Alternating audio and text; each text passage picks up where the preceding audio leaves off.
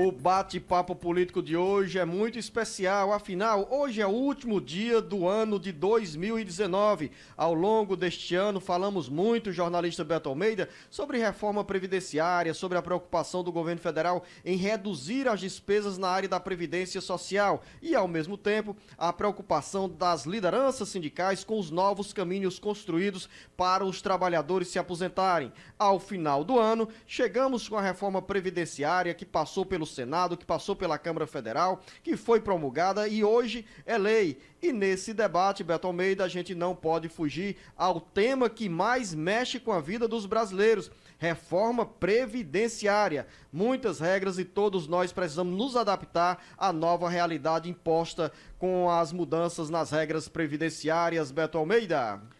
Pois é, Luciano, olha só, a gente termina o ano de 2019 e a gente tem, pelo menos do ponto de vista do trabalhador e também do governo, Luciano, nós temos vitórias, eu diria derrotas, em relação a pontos da Previdência, da reforma que foi aprovada, e nós temos também indefinições. Vamos começar pelas vitórias. É verdade, o governo batalhou, foram 8 meses durante esse ano de 2019 e conseguiu aprovar o texto principal da reforma da Previdência. Ok? Agora nós vamos para o que eu chamo, Luzenor, de derrota. Derrota, eu digo, pelo menos para quem defendia uma previdência mais equânime, mais justa para todo mundo. Eu estou colocando que o governo não conseguiu, por exemplo, a economia que ele esperava no que diz respeito aos militares. Os militares continuam sendo uma categoria de servidor, Luzenor, que tem muitos diferenciais em relação aos critérios que estão aí aprovados para os trabalhadores da iniciativa privada e até mesmo a categoria que já em si reúne um certo privilégio, que é a dos demais servidores públicos civis.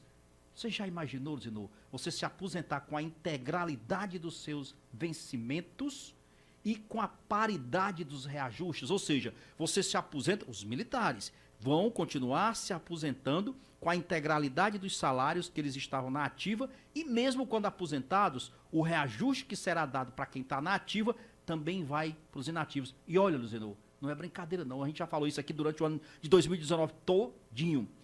Os militares são o conjunto dos servidores, eles formam o conjunto de servidores que mais custam para a Previdência. Aí eu falei o que eu considero de ponto positivo, ponto negativo e agora um ponto de interrogação para 2020. Qual é esse ponto de interrogação para 2020? A PEC paralela, Luzenor. Não tem, é o termo. A PEC paralela que chegou no início de dezembro à Câmara Federal, os deputados federais começaram a apreciar o texto, mas a grande discussão é mesmo em 2020, porque irá ter reflexo diretamente na vida dos servidores estaduais e municipais de todo o Brasil. Aqui no Ceará, nós teremos sim os servidores enquadrados em novas regras para aposentadoria e pensões. Pois é, a gente tratou muito disso e aqui é só para a gente relembrar. Por que a gente está falando de PEC paralela? Porque, na realidade, senhor, quando a proposta passou pela Câmara, a reforma principal da proposta tirou exatamente, fez uma alteração significativa, retirando estados e municípios. Ora, tirou estados e municípios que deveriam estar dentro também da reforma da Previdência. Com isso, foi-se então discutir no Senado uma alternativa para novamente incluir estados e municípios. Foi aí que surgiu a PEC paralela. Só que a PEC paralela, que teve como relator o senador cearense Tasso Gereissati, ela acabou também, Luzenor, incluindo outros pontos, inclusive de largo alcance social, como aquele fundo para assistir crianças carentes, que não estava nem na PEC principal que foi aprovada e nem estava em discussão inicialmente na paralela. Mas o senador Tasso Gereissati resolveu incluir esses pontos. É um avanço, porque são coisas que ele procura minimizar o impacto da Previdência, principalmente para os mais pobres. Qual é o problema, Luciano? O problema é que ela está na Câmara dos Deputados agora.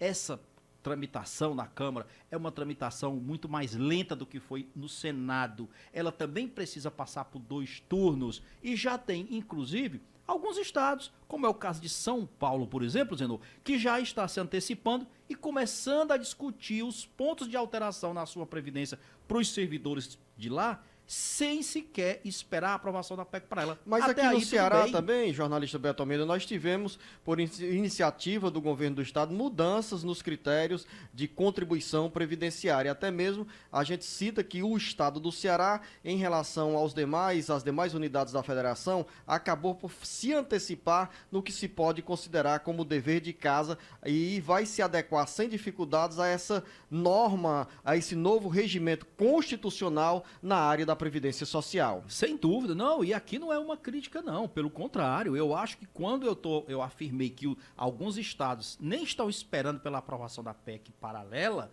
da reforma da Previdência, eu vejo isso como um ponto positivo, porque eu não tenho dúvida, Luciano, que os governadores receberam aquelas críticas e foram fundamentadas, quando se dizia o seguinte, que os governadores faziam um discurso duplo, para dentro dos seus estados, criticavam a reforma. Lá no Congresso Nacional, quando chegava em Brasília, tinham outra postura. É ótimo que os estados se antecipem mesmo. O que eu acho apenas demorado, lento, é exatamente esse outro ponto, que são exatamente aquelas chamadas reformas sociais que foram incluídas e que muito provavelmente correm o risco de não ser aprovadas em 2020. Eu, pelo menos, encaro com ceticismo essa questão da reforma da Previdência nesses pontos sociais em 2020. Beto, mas tem também uma regra que foi alterada nessa PEC paralela, que está embutida na reforma previdenciária, no texto que foi promulgado, que trata sobre os critérios para definição dos valores da aposentadoria. As regras atuais estabelecem que o trabalhador vai se aposentar pela média salarial, ou seja, no passado nós tínhamos a exclusão de 20% das menores contribuições. A reforma previdenciária derrubou esse critério, que acabou sendo uma medida injusta para os trabalhadores. O Senado observou essa injustiça e incluiu na PEC paralela a volta por determinado período dos critérios antigos, ou seja, se passar pela Câmara Federal, os trabalhadores poderão voltar a gozar do privilégio de receber a aposentadoria pela média após 100%. a exclusão das menores contribuições. Exatamente. Na realidade é o seguinte, de novo. O critério, na realidade, que existia até então, antes da aprovação da reforma da Previdência, ele descartava 20% das contribuições mais baixas, daquelas menores, ao longo da sua vida de trabalhador, e fazia o cálculo da aposentadoria em cima dos 80% das melhores contribuições. Qual era o resultado final disso? É que a sua aposentadoria, no final, ela estava um pouquinho mais alta. Pelo que foi aprovado, não. Agora, Luciano, se calcula em cima do total de 100%. O resultado disso é o seguinte. Você disse, é temporário. É um ganho, Luciano, que só é por 5 anos. Ou seja, eles só estão estendendo esse benefício por mais 5 anos. Passou essa, vamos dizer assim, esse intertício, esse intervalo de 5 anos, volta a ser o que era antes. É isso que está propondo na reforma da Previdência. É algo menos ruim, mas que eu vejo que não resolve o impacto negativo no final para os trabalhadores. E tem outro ponto, que aí sim a PEC paralela precisa trabalhar bem, que eu vejo que também vai ter outra dificuldade para aprová-lo, que são aquelas contribuições de alguns segmentos da economia que não contribuem para a Previdência. Por exemplo, o agronegócio exportador, Luciano. Você sabia? Produzir para exportar soja. Você sabia que o agronegócio exportador, até hoje, ele não paga um tostão para a reforma da Previdência? Pelo menos para a Previdência Social. Para a Previdência Social. Beto Almeida, nós temos um rápido intervalo e voltamos já já. Mas você, ouvinte, internauta, fique atento, atenta, porque na edição de hoje nós vamos ter com os nossos correspondentes informações sobre as mudanças nos critérios da aposentadoria, apenas para rememorizar quem tem dúvidas sobre muitos critérios, normas que estão agora que foram instituídas como critérios para a aposentadoria, para a concessão de pensões pelo INSS. Daqui a pouco. O Ceará inteiro ligado através da informação. Alerta Geral. O ano de 2020 está a caminho e será marcado pelas eleições para câmaras de vereadores e também prefeituras. Muitos prefeitos do Ceará estarão concorrendo a um novo mandato. Outros, desgastados, irão pendurar as chuteiras antes do tempo. O certo, jornalista Beto Almeida, é que nos principais colégios eleitorais já tem pré-candidaturas definidas, já tem muita movimentação. Claro que as grandes articulações irão acontecer logo depois da Semana Santa, com os preparativos para as convenções no mês de julho, definindo-se então coligações majoritárias e candidaturas a vereador e a prefeito. O certo é que o ano começa com muita movimentação nos bastidores, principalmente no caso de Fortaleza, envolvendo lideranças de partidos de oposição.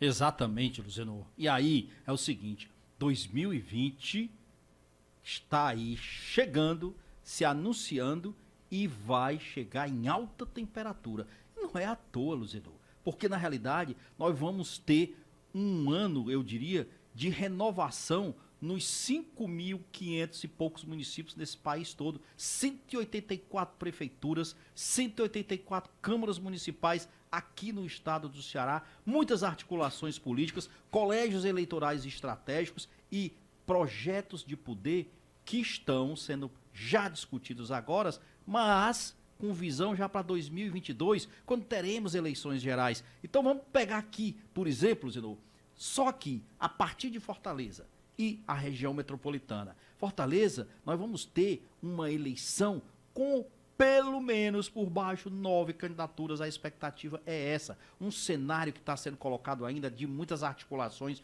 de muitas definições para serem tomadas, muita água para correr embaixo da ponte, inclusive, mas a gente também já consegue vislumbrar que a articulação e os interesses não se resumem apenas à capital. Nós temos municípios estratégicos aqui mesmo, colados em Fortaleza. Antes de você invadir ou sair de Fortaleza para essas cidades vizinhas na região metropolitana da capital cearense, Beto Almeida, dizer que em Fortaleza, por exemplo, nós saímos das eleições de 2016, passamos pela eleição de 2018, olhando para 2020 com pelo menos uma candidatura ou uma pré-candidatura bem definida, que é a do Capitão Wagner, que hoje está no PROS e tenta atrair outras siglas para esse embate eleitoral que vai se dar em 2020 contra o prefeito Roberto Cláudio, contra a liderança do senador Ciro Gomes e do governador Camilo Santana. O Capitão Wagner, além do PROS, tenta reunir outras agremiações. Exatamente, Luciano. O Capitão Wagner está encerrando o ano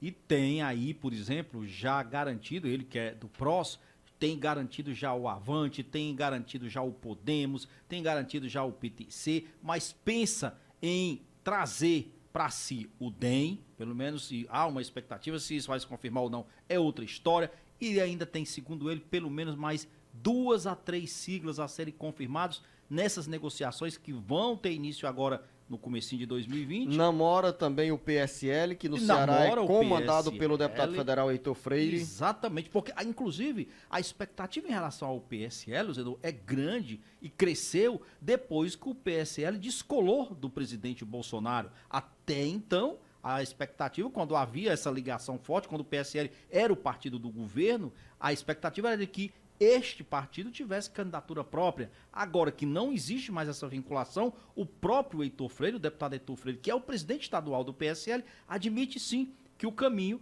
pode estar aliado à candidatura do Capitão Wagner. Digamos que seja, Luzu, entre as candidaturas colocadas de oposição, a que vem sendo trabalhada há mais tempo. É aquela que vem dando, digamos assim, a maior margem de articulação dos bastidores. É a maior expectativa gerada, porque ela foi e está sendo trabalhada há muito tempo. No bloco de oposição, temos também, Beto Almeida, a pré-candidatura do ex-deputado estadual Carlos Matos pelo PSDB. Hoje o PSDB está isolado, como na tentativa de também angariar o apoio de outras siglas, mas nesse momento a disposição do PSDB é que, independente de coligações, irá concorrer à prefeitura da capital. Pelo menos, Zeno, é uma resolução que foi tirada lá no comecinho do mês de dezembro. Essa resolução é exatamente apontando que o PSDB precisa ter candidatura majoritária própria, não apenas para valorizar o próprio esforço do ex-deputado Carlos Matos, que é o presidente do PSDB Fortaleza, que recebeu o aval do senador Tasso Gereissati, como também para estimular candidaturas para a Câmara Municipal de Vereadores. O PSDB tem apenas um parlamentar na Câmara Municipal de Fortaleza. Ele quer pelo menos triplicar, chegar a 3 vereadores. Para fazer isso, precisa de ter uma chapa majoritária, completa. E isso, pelo menos, prevalece o entendimento para o primeiro turno. É óbvio que, num segundo turno, a coisa muda de figura, as alianças serão outras. Mas não é só da oposição o PSDB, não. Você tem que trabalhar aí com o nome do PSOL. O PSOL diz que sim, terá candidato próprio. O PT ainda é uma questão a ser definida, mas muito provavelmente... Mas se depender da sinalização do ex-presidente Luiz Inácio Lula da Silva, o PT terá sim candidato à Prefeitura de Fortaleza ou candidata, porque se fala com frequência no nome da deputada federal Luiziane Lins, a mais votada na capital e que exerceu o mandato de prefeita por passou pela prefeitura por 2 mandatos e continua como nome forte do Partido dos Trabalhadores. E aí a incógnita é o PDT, que hoje tem como pré-candidatos o presidente da Assembleia, José Sarto, o secretário de governo Samuel Dias, o deputado estadual Salmito Filho e também a vice-governadora Isolda Sela, né? E não se surpreenda se surgirem outros nomes aí nesse cenário, porque até o momento a cúpula do PDT não se pronunciou oficialmente sobre A ou B em relação à sucessão do prefeito Roberto Cláudio. E além disso, ainda, né, a gente não pode esquecer que o próprio PV tem aí com o Célio Studart se colocado numa posição de também vislumbrar a disputa pela prefeitura de Fortaleza, fora aquelas outras candidaturas nanicas. O Solidariedade, que integra a base de apoio ao governo do estado na Assembleia Legislativa, que tem o deputado estadual Heitor Ferrer como oposicionista à administração Camilo Santana, também deverá, pelo menos nesse momento, Heitor se movimenta para concorrer novamente à prefeitura da capital. E tem dito, inclusive, reforçado bem, de que não pretende abrir mão dessa possibilidade de disputar mais uma vez a prefeitura da capital. O Heitor Ferrer faz aquele papel de opositor. Ele faz aquele papel seguinte, Luciano, seja o que der, qual o resultado que der, ele já planta a sua base ali para 2022. Tá errado o Heitor Ferrer? Politicamente não. Ele tem mais é que fazer isso mesmo. Mas isso só mostra o quanto o cenário para 2020 ainda está indefinido, muita coisa ainda para ser colocada sobre a mesa, como se diz. Agora você falou sobre tantos nomes e esqueceu de uma legenda que até pouco tempo tinha uma força expressiva no Congresso Nacional, tinha representação no Senado, tinha um número elevado de prefeitos e vereadores e na capital acabou definhando, se esvaziou, que é o MDB sob o comando do senador ou do ex-senador Eunício Oliveira. Qual destino terá o MDB em Fortaleza, uma vez que em 2019, ao longo do ano, o MDB não cumpriu qualquer papel, Beto Almeida, no debate político na capital, na Grande Fortaleza, tanto na Grande Fortaleza quanto no interior do Ceará? Vamos fazer uma projeçãozinha aqui, é muito arriscado você dizer para onde irá determinada sigla, principalmente uma que aí está agora fora dos espaços de poder, das esferas de poder, mas que ainda assim tem sua marca, principalmente aqui na capital, porque ela está atrelada a um nome tradicional, como é o caso do ex-senador Eunício Oliveira. Então o que sobra aí para o PMDB? Candidatura própria? É uma hipótese que pode ser descartada? Eu não diria não. Mas qual é a outra hipótese? O PMDB pode se aproximar do PT? Ele pode ser exatamente essa sigla. Ou pode fazer uma aliança com o próprio PDT. Ou com o próprio PDT, não está descartado isso também. Mas não esqueça, não são os únicos nomes. Você está esquecendo também de Geraldo Luciano, o empresário, ex-diretor do grupo M. Dias Branco, que é integrado ao Novo e que, pelo menos, cria e gera a expectativa de ser esse nome novo mesmo, entre aspas, na política. Beto Almeida, nós falamos muito hoje, nesse último dia do ano de 2019, sobre esse cenário pré-eleitoral para 2020. Nos primeiros dias de janeiro, iremos manter a nossa agenda falando sobre esses assuntos da política, sobre as articulações, porque são assuntos que despertam curiosidade para os eleitores, embora neste momento o envolvimento maior seja das lideranças políticas e dos pré-candidatos, a Câmara Municipal ou as câmaras municipais ou na corrida pelas prefeituras. Eu quero encerrar este nosso bate-papo do último dia do ano falando sobre a grande movimentação nas estradas estaduais e federais. Nas rodovias federais nós temos menos lombadas eletrônicas, embora a Polícia Federal, Rodoviária Federal já tenha anunciado operações para garantir tranquilidade a quem está se dirigindo para o interior do estado no sentido inverso, ou saindo do Ceará para outros estados, ou também no sentido contrário. Mas o certo, Beto, é que a gente manda aqui, quer mandar um recado para você motorista, você motociclista, que é importante ter cuidado, ter zelo pela própria vida, e embora não tenhamos lombadas eletrônicas em muitos trechos das BRs, uma forma de controlar o excesso de velocidade, cabe, além de respeitar a legislação, o motorista deve também ter bom senso para preservar, repito, a própria vida e a vida de quem os acompanha dentro do veículo. Olha só, Luciano, a gente sempre, parece que assim, é pauta repetitiva, como a gente chama no nosso jargão jornalístico. Final de ano, vem sempre a preocupação com a segurança, com o aumento do movimento nas estradas, e aí você acrescentou esse fato novo, que é, mesmo com a retomada de alguns equipamentos de fiscalização nos radares fixos nas rodovias federais, ainda assim eles voltaram em um número mais reduzido. Significa dizer o seguinte... Bem reduzido, né, Beto? Bem reduzido.